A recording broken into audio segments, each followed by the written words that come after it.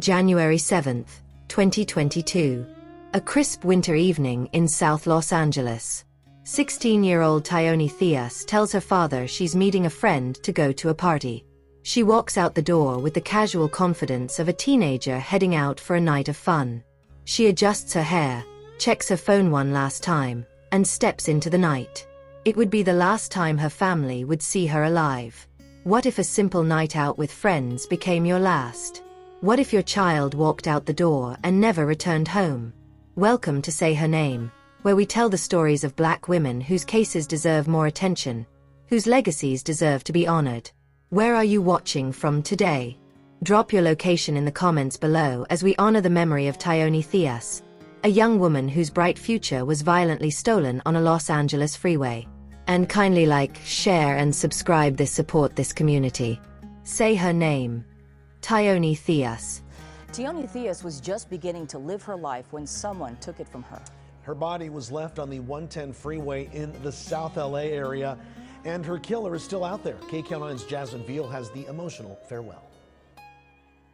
Even though your winds blow. At the funeral for 16-year-old Tioni Theus Thursday, family, friends, and strangers came to share in their grief and anger over the murder of the teen who was dumped and left on the side of the 110 freeway earlier this month. There's gotta be a movement and not a funeral. Family read a dedication to Tioni from a plaque given to them from the Compton Unified School District. In this sympathy, the Board of Trustees will close.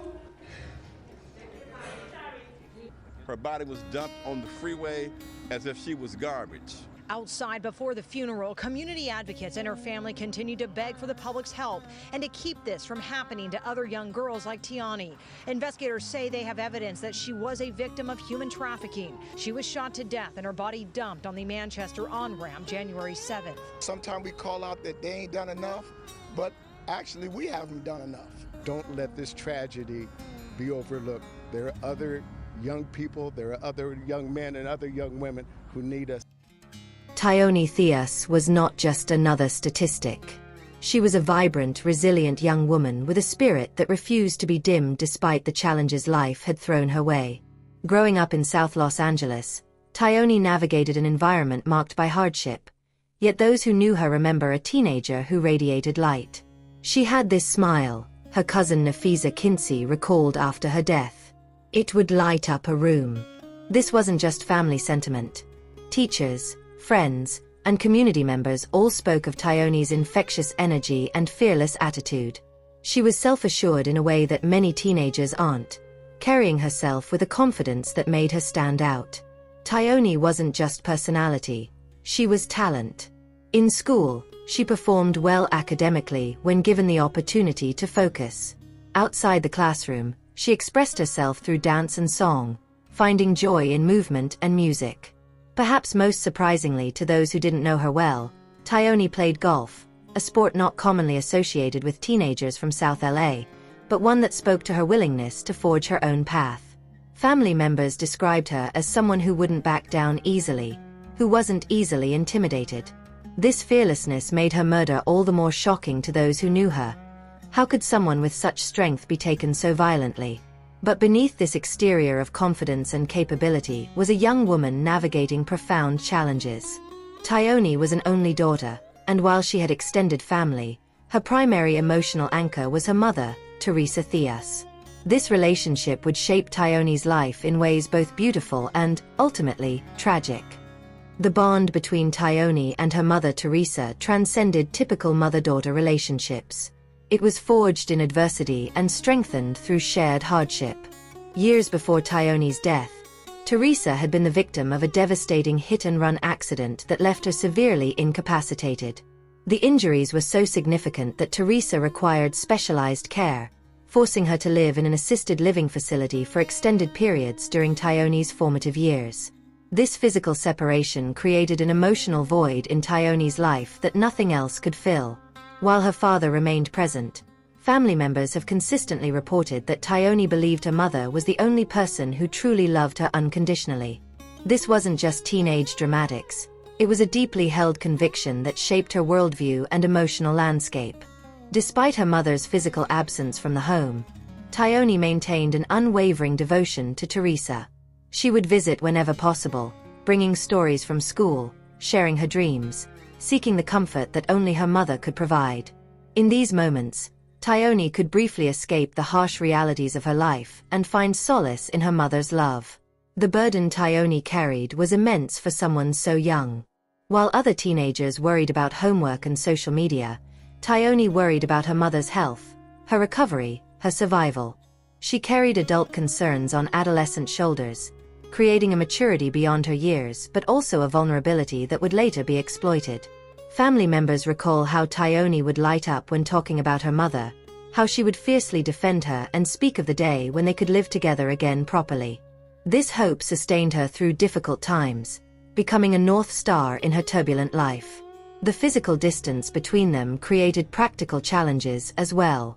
Without her mother's daily presence and protection, Tioni lacked the guidance and oversight that might have steered her away from dangerous situations. The absence of this crucial safeguard, a mother's intuition, a mother's intervention, would prove fateful in the months leading up to her death. In many ways, Tioni's story cannot be understood without understanding this central relationship. Her mother's condition didn't just change the family's living arrangements. It fundamentally altered Tioni's sense of security, belonging, and self-worth. When she told people her mother was the only one who truly loved her, she wasn't being melodramatic. She was expressing a truth that defined her existence. Tioni had struggled since her mother was so badly injured in a hit and run. The mom is now living in a rehabilitation facility due to her injuries.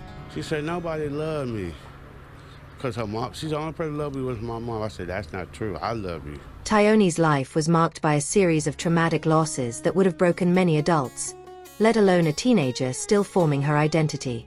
Beyond her mother's accident and subsequent absence from daily life, Tioni endured the devastating loss of 2 brothers, losses that compounded her sense of isolation and vulnerability. When Tioni was very young, one of her brothers was sent to prison. Though the details of his case remain private, the impact on Tioni was profound.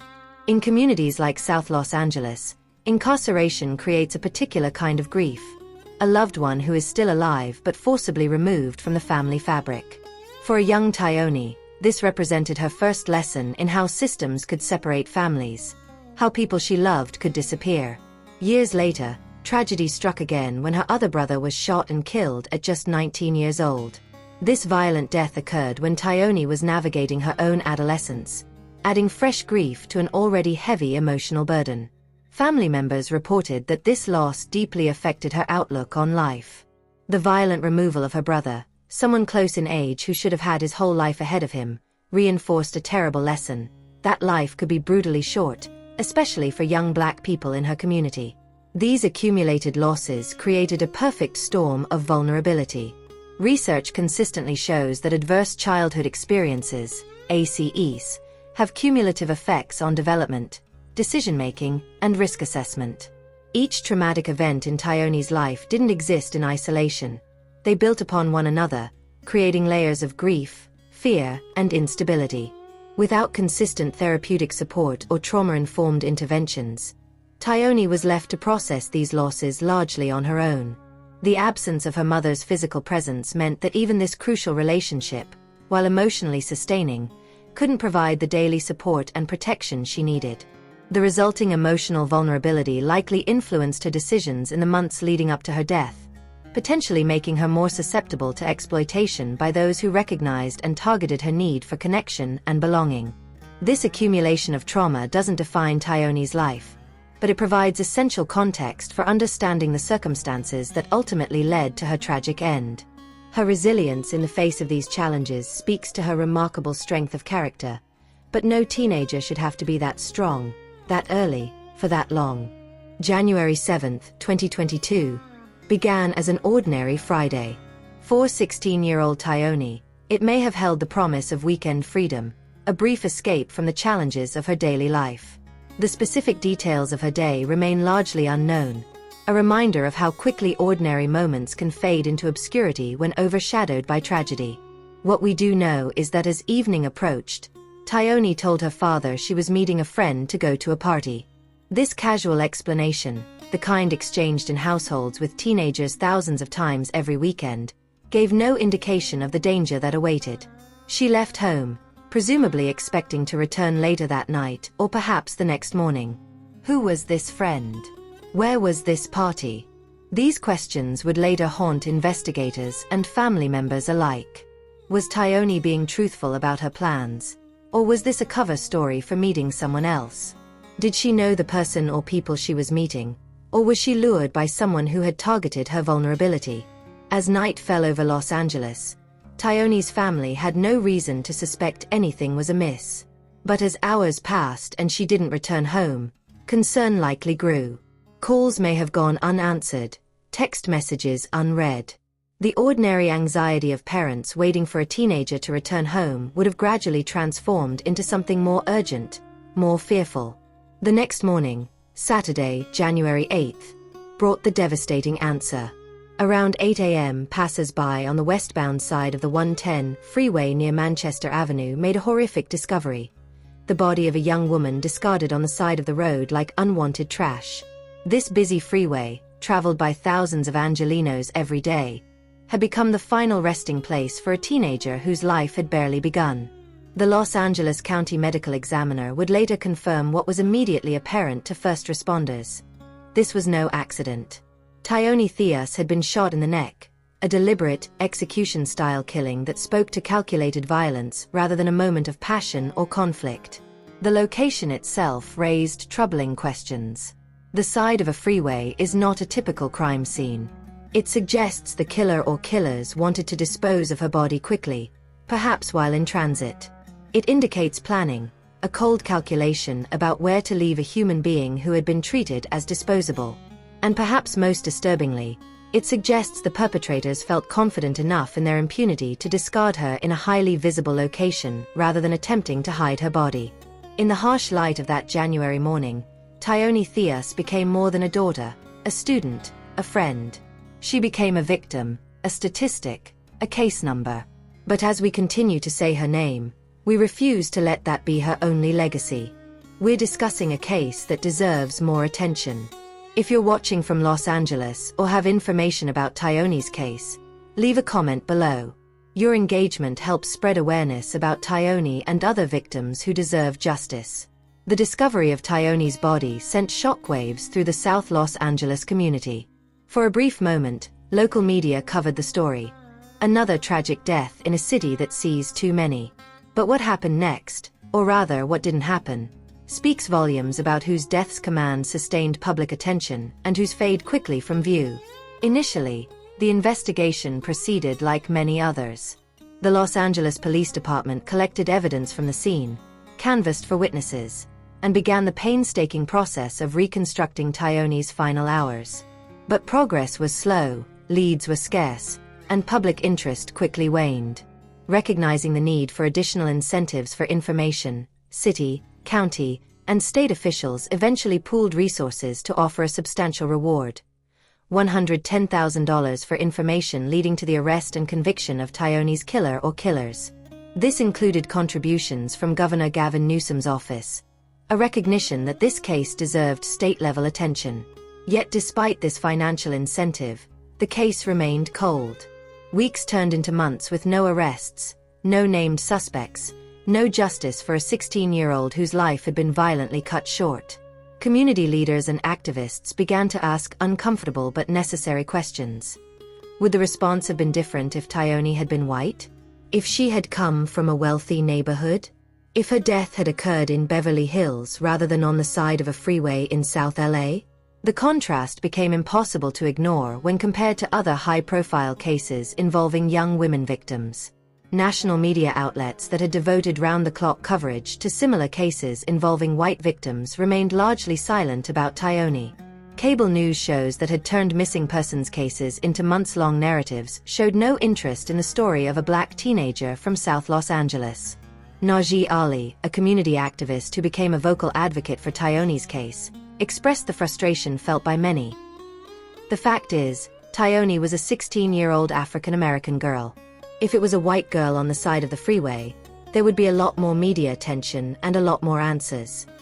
This disparity in media coverage and public outrage is not merely an issue of perception.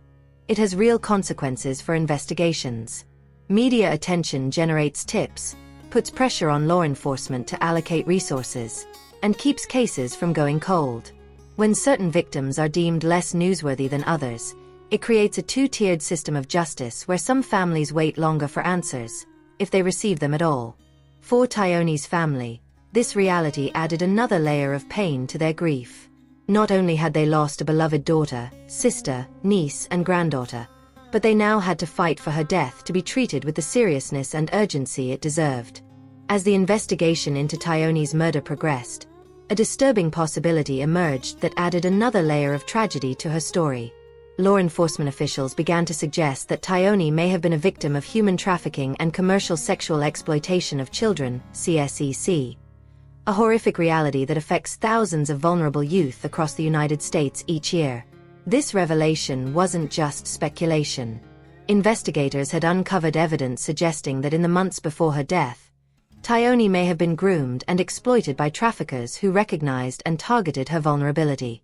The details of this exploitation remain protected due to the sensitive nature of such cases and respect for Tioni's dignity. But the broader pattern is one that advocates and law enforcement recognize all too well. Human trafficking, particularly sex trafficking, doesn't typically begin with abduction or physical force. Instead, it often starts with what experts call grooming, a process where traffickers identify vulnerable youth, build trust, fulfill needs, and gradually introduce exploitation.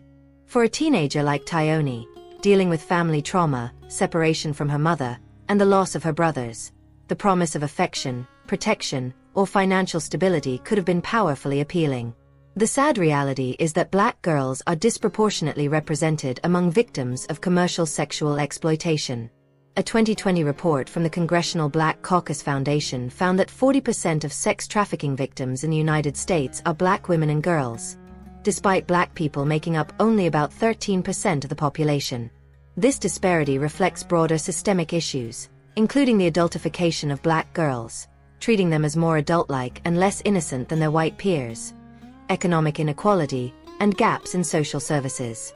For Tioni, the absence of her mother's daily protection may have created opportunities for exploitation that might otherwise have been recognized and prevented. Without a consistent adult guardian to notice changes in behavior, question new relationships, or monitor her whereabouts, Tioni was left more exposed to those who would take advantage of her situation. If Tioni was indeed being trafficked, her murder takes on additional dimensions of tragedy. Research shows that homicide is a leading cause of death among trafficking victims, whether at the hands of traffickers enforcing control, buyers committing violence, or as a result of dangerous situations victims are forced into. Her death on the side of a freeway, a transportation corridor frequently used by traffickers moving victims between locations, aligns with known patterns in trafficking-related homicides. This connection to human trafficking doesn't diminish Tioni as a person or reduce her to a stereotype. Rather, it highlights the systemic failures that leave young people, particularly Black girls, vulnerable to exploitation and violence. It forces us to confront uncomfortable truths about who is protected in our society and who is left exposed to predators. Most importantly, it reminds us that behind every statistic about trafficking is a real person with hopes, dreams, and inherent dignity. Tioni was not defined by any exploitation she may have experienced. She was defined by her resilience, her spirit, and the love she gave and received during her too short life. Tioni's case illuminates a disturbing phenomenon that affects Black girls across America: adultification.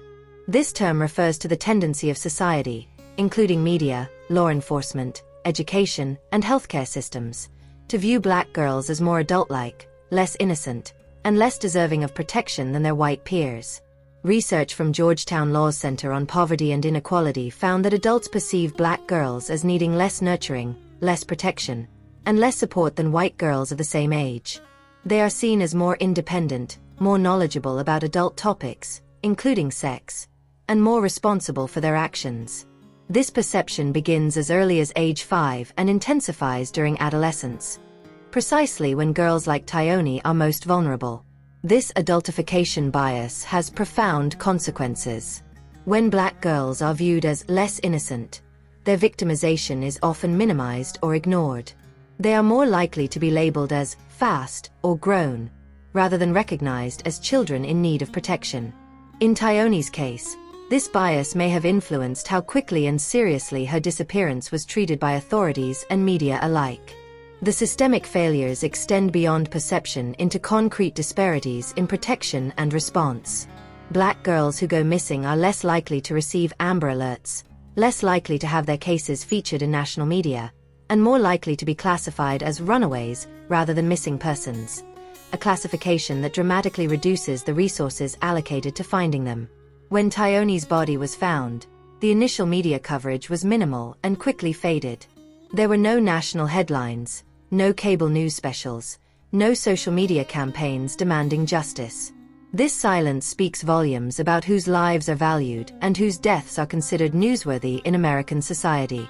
The criminal justice response reflects similar biases.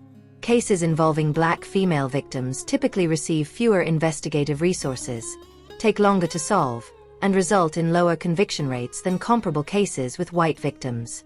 This justice gap sends a devastating message to communities of color that the lives and deaths of their daughters, sisters, and mothers matter less. For Tioni, these systemic failures created a perfect storm of vulnerability. The systems designed to protect vulnerable youth, child welfare, education, healthcare, law enforcement, had multiple opportunities to intervene before her death. Yet somehow, a 16-year-old girl slipped through every safety net, ultimately meeting a violent end on the side of a freeway. This is not to suggest that any single individual or agency bears sole responsibility for Tioni's death. Rather, her story highlights the cumulative impact of systemic biases and failures that leave black girls particularly exposed to exploitation and violence. It forces us to confront uncomfortable questions about equity in protection, investigation, and justice. Questions that demand answers if we hope to prevent similar tragedies in the future. What do you think needs to change to protect vulnerable youth like Tioni? Share your thoughts in the comments, and if you know someone who needs to hear this story, share this video with them. Tioni Theus's tragic murder offers critical insights into how we might better protect vulnerable youth and prevent similar tragedies in the future. Her story isn't just a cautionary tale, it's a call to action for concrete changes in how we approach youth protection, exploitation prevention, and equitable justice. First and foremost, we must enhance support systems for vulnerable youth, particularly those facing multiple traumas and family disruptions. Tioni's situation, with an incapacitated mother, deceased brothers, and limited adult supervision, created a perfect storm of vulnerability that went largely unaddressed by existing social services. Comprehensive support would include trauma-informed mental health services, stable housing options, educational support, and consistent adult mentorship. The human trafficking connection in Tioni's case highlights the urgent need for expanded anti-trafficking measures, especially those focused on prevention rather than just intervention after exploitation has occurred.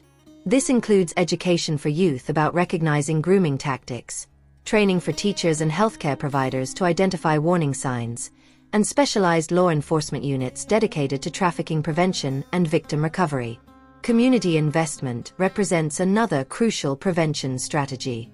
Programs that build trust between vulnerable youth and supportive adults, whether through mentoring, after-school activities, or youth empowerment initiatives, create protective factors that make exploitation less likely. In communities like South Los Angeles, where economic challenges and violence create additional stressors, these investments are not luxuries but necessities for youth safety.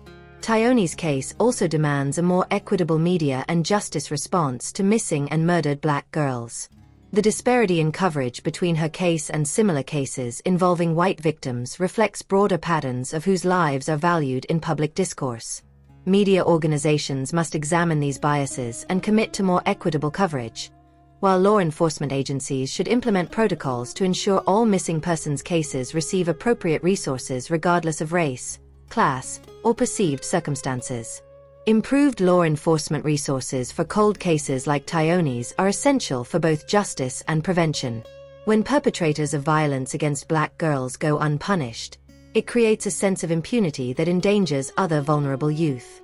Enhanced technology, dedicated funding, and interagency collaboration can increase solve rates and send a message that these crimes will be vigorously investigated and prosecuted. Finally, empowering families and communities affected by trauma is crucial for breaking cycles of vulnerability. Providing resources for families like Tioni's, where a parent's incapacitation creates cascading challenges, could prevent similar tragedies by ensuring that when one protective factor fails, others remain in place. These prevention insights aren't abstract policy recommendations. They're concrete steps that could save lives. Had any one of these systems worked more effectively for Tioni, her story might have had a different ending. By implementing these changes, we honor her memory not just with words but with actions that protect other vulnerable youth from similar fates. As we conclude Tioni's story, it's essential that we remember her not just as a victim, but as a vibrant young woman whose life mattered and whose death deserves justice. Tioni Theus was a daughter, a friend, a student, a golfer, a dancer, a 16-year-old with her whole life ahead of her.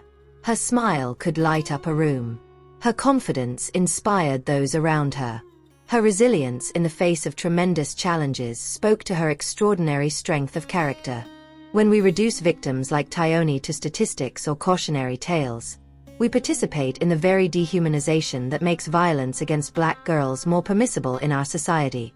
Instead, we must hold space for the fullness of who she was. Her talents and dreams, her struggles and triumphs, her unique place in the hearts of those who loved her. Tioni's family continues to seek justice for her murder.